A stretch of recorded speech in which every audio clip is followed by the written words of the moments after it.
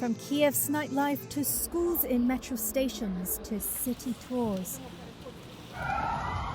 Despite the threat of missile and drone attacks, signs of calm resilience have become increasingly commonplace in Ukraine's capital. The city has been back under fire since last autumn, part of what Kyiv says is a Kremlin campaign to break Ukrainians' will.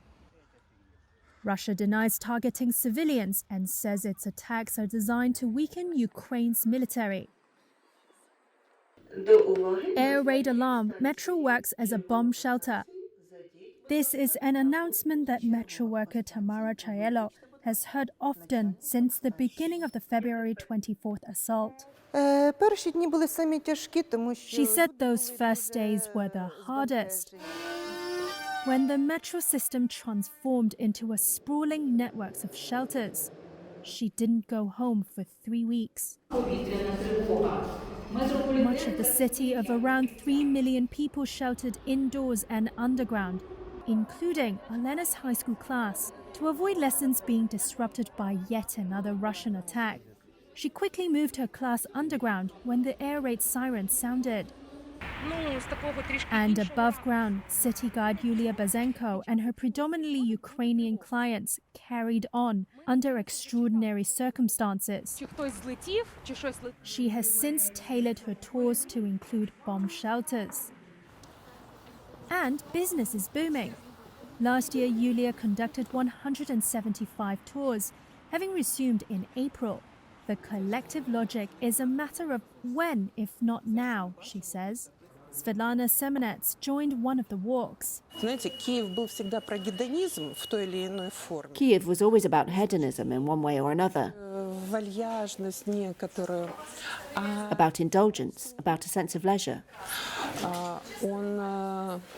But it has grown muscles, armoured up a bit. It knows what it is worth. It can protect itself. It has endured very difficult times.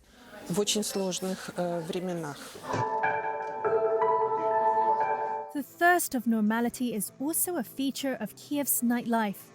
Revelers in Squat 70B flirt with the risk of attacks and an 11 p.m. curfew to enjoy a few drinks and concerts.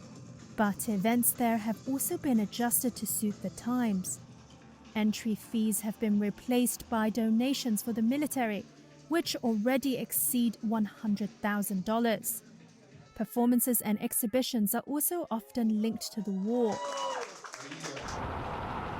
Ukraine appears to be heading towards a long war, marked by clashes like the Battle of the Eastern City of Bakhmut and by Russia's relentless bombing of Ukrainian infrastructure. And media reports focus on an anticipated new Russian offensive. While a common spirit has emerged in the past year, the fear of a new strike is ever present. Ukrainian mothers, like Ksenia Bulhakova, bringing their children to this playground hit by a missile attack in October, say they will not be safe until they win the war.